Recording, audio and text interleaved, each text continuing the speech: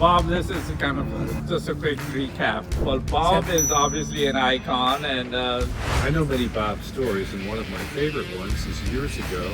we are talking about people who just like the game. Quote that we all say, move on to the next 13 cards and leave them behind. And he says, I want to know how much the other team paid you to play this poorly. This is a good one. So, Bob, this is kind of just a quick recap. This is 40 years ago. 40-some years ago, I'm about to have a birthday, and Mitch said, I have a present for you. So I said, fine. He hands me a package, and I said, should I open it now or later? And we were at a bridge club, Wild West Bridge Club, you know that. Club, and I go home, and I open the package, and lo and behold, there is a license plate, personalized license plate. Okay, and I open it some more, and then I look at what it says. It says IBL8. So he got even with me. Yeah. That's not even remotely even with you. Well, Bob is obviously an icon, and I would be really surprised if there is any bridge player around acbl land, if not the whole world, that hasn't heard of Bob or doesn't know of him. And Mitch and I are very fortunate to be actually playing in many events with Bob over the last few years. And Bob, why don't you share with us what's your current perspective on the game and where it's going? The biggest single problem is there are a few expert young players, but there are not enough recreational young players. That's the core problem of the game. So there's some really good players, and then there's nothing. And what do you think we can do about it to rectify the situation? Promoting the game and the general subject of mind games. One of the great things about mind games, you learn certain things that are useful in other facets of life. So, for instance, you learn how to deal with adversity. Perseverance. You learn how to review things, be fairly clinical about it, and examine your own thinking, because the results are not terribly subjective. Whatever you get, you may be a little unlucky or a little lucky, but basically, for the most part, you get what you deserve. Now, bridge, as opposed to chess, in chess, a small difference in skill translates into a gigantic difference on the scoreboard. So if you're just moderately better than your opponent or worse, you almost don't need to play the game. Wow. You know what's going to happen. It's like running 100-meter dashes. You know, you just know what's going to happen. There are games of that nature, and while it's useful for coming up with a ranking system, it's not very useful for what you'd call a competitive environment. So chess on the mind game scale runs far truer to form than poker, backgammon, or bridge. So all three of the others are games of skill that... So what you're really saying is that in bridge, on a bad day, the mediocre players can beat a much stronger team. Not a much stronger team, but a significantly stronger team. It happens. I know many Bob stories, and one of my favorite ones is years ago, Bob and a group of experts were playing against several baseball players, and the deal was, the match conditions of the contest were that the baseball players got 10 seconds to look at everyone's hand before they played. 15. 15 seconds. And it was a close match, but the bridge players lost. So the We edge couldn't is that spot them Handicap. yeah. Maybe 8 seconds would have been closer. And so Bob, how much bridge are you playing? I know you go to probably all the nationals. Well, at the Nationals so far this week, none. I don't know. Didn't you have a second the other day or no? Yeah, we finished second in a knockout team event. That's Okay. not much. Sure, a lot of less experienced bridge players are always looking for tips as to how do they get better. What would you suggest for them? Well, the first thing is you can think about the hand after the session's over, but you need a short memory. You've got to just deal with what's the problem in front of you. That's a famous Bob quote that we all say. Move on to the next 13 cards and leave them behind. I got a great birthday card once. Said, forget about the past. You can't change it. Forget about the present. I didn't get you one. That's a great card. Very cute.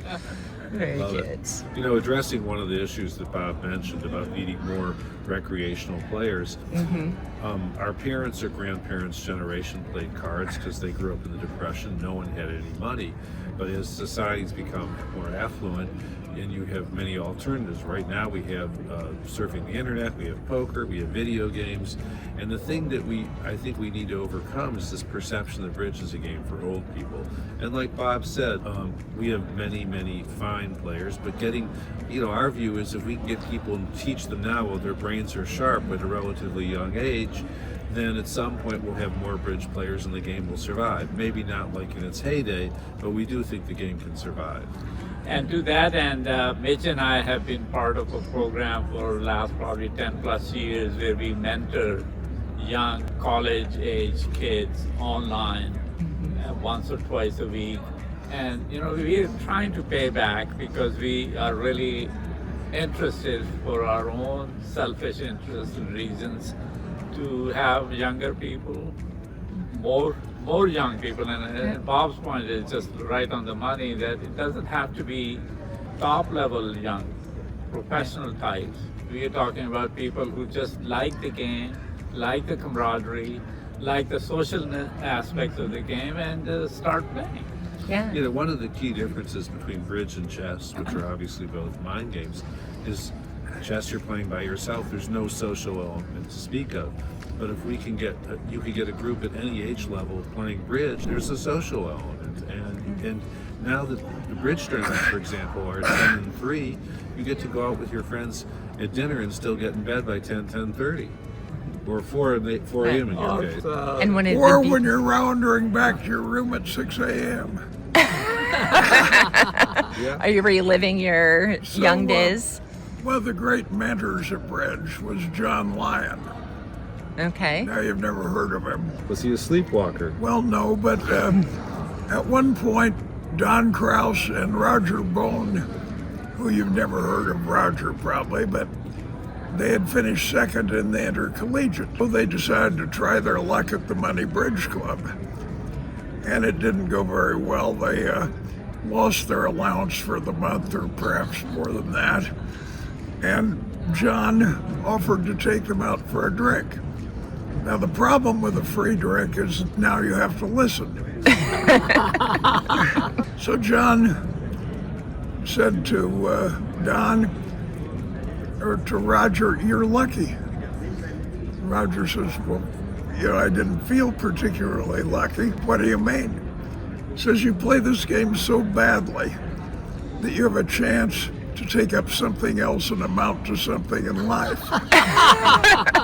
Well, But Don, I feel sorry for you, because even though you're also a terrible player, it'll take you longer to figure it out, and it'll be too late to change horses. Now, this does remind me of a similar story where a friend of mine was the coach of an international team, and they're not doing very well. His wife is on this team, and at some point they go out to dinner, and he says, "I just have one question." And one of the women says, "What's that?" And he says, "I want to know how much the other team paid you to play this poorly." That was Bob. Yeah. I have a question for Bob. Bob, because you played bridge for many years and you have played with many fine bridge partners and Yes. also many fine bridge opponents. What is it, when you look back in time, what stands out in your mind as the most interesting situation, whether it was a hand or a card play situation or a personal behavior issue that you encountered? Well, I don't mind personal behavior issues. I'm actually at the top level, I'm in favor of the thumb in the eye. I don't think the Marquis of Queensberry should be in the. I went to the director, and I got a deck of cards, and I pulled out a jack of spades, and I put it in my pocket. And as we're shuffling the hand and getting ready to play the first board, I pulled it out and tossed it to Mark. I said, "In case you need this." I love that story. What a wonderful story. I thought you gave the card But to I had Boris. another hand situation against Ron Anderson. So we're playing in Miami in a knockout. The first 2 or 3 or 4 hands, maybe they had 3 or 4 imps the better of it. And every time he went plus, he'd pull out a pen with blue ink and write it in his column. He also had a pen with red ink. So he chalks up 3 blue imp scores. Then he went minus, and he pulls out the red one and screws the cap and writes it in the minus. I reached over, put the blue pen out of his pocket, threw it in the corner, and says, "You're not going to need this one anymore." Did he have a good sense of He humor? had another minus score, and he went rooting around looking for the pen. You had a colorful life. But, When it comes to bridge stories. Then there was the great George Atelovich. And who is that? Well, at one point, he was an excellent bridge player. Nice man, too. What? A nice guy. Where was he from? Yeah, He well, was a nice guy. he was a character. Yeah. So Atelovich, before the Phoenix Nationals in 1962, borrowed his boss's car to drive to Phoenix. On the way back, he stopped off in Las Vegas for 2 years. Never returned the car. Oh my gosh. Oh, But man. at one point, it was August 1966, very bleak month. I had 3 winning sessions at the club. So I took a job offer. So now I'm playing out, and I didn't play during the day at the club while I was Working. employed. So it's a weekend. And I'm playing against George, and he has to guess 3 queens to make a hand. And I was very confident because I knew the evidence would lead him to misguess all 3 of them. He guessed them all. I said, between calling him a complete moron, he said, "What do you do for a living?" I admitted I had a job. He said, "Did it ever occur to you that some of us are able to practice our trade while others have been forced to go to work?" Enough of my bullshit. Yeah. No, your bullshit is priceless. Yes. Yeah, it's wonderful, Bob, to have you join us for this chat. Yeah. I hope you have a wonderful bridge session to know. follow. It better pick up. So yeah. Mitch, any final comments, really? No final comments. Yeah. I just love hearing Bob's stories, Yeah. and they're a treasure. They're just Yeah. treasure. Okay. And thank you, Tracy, for having this chat with us. It was Yeah. wonderful to join you. And now- And You I'm guys- looking for royalties on anything you get out of this. Yeah, don't hold your breath. Okay. Thanks, Chris. guys. All right, thank you.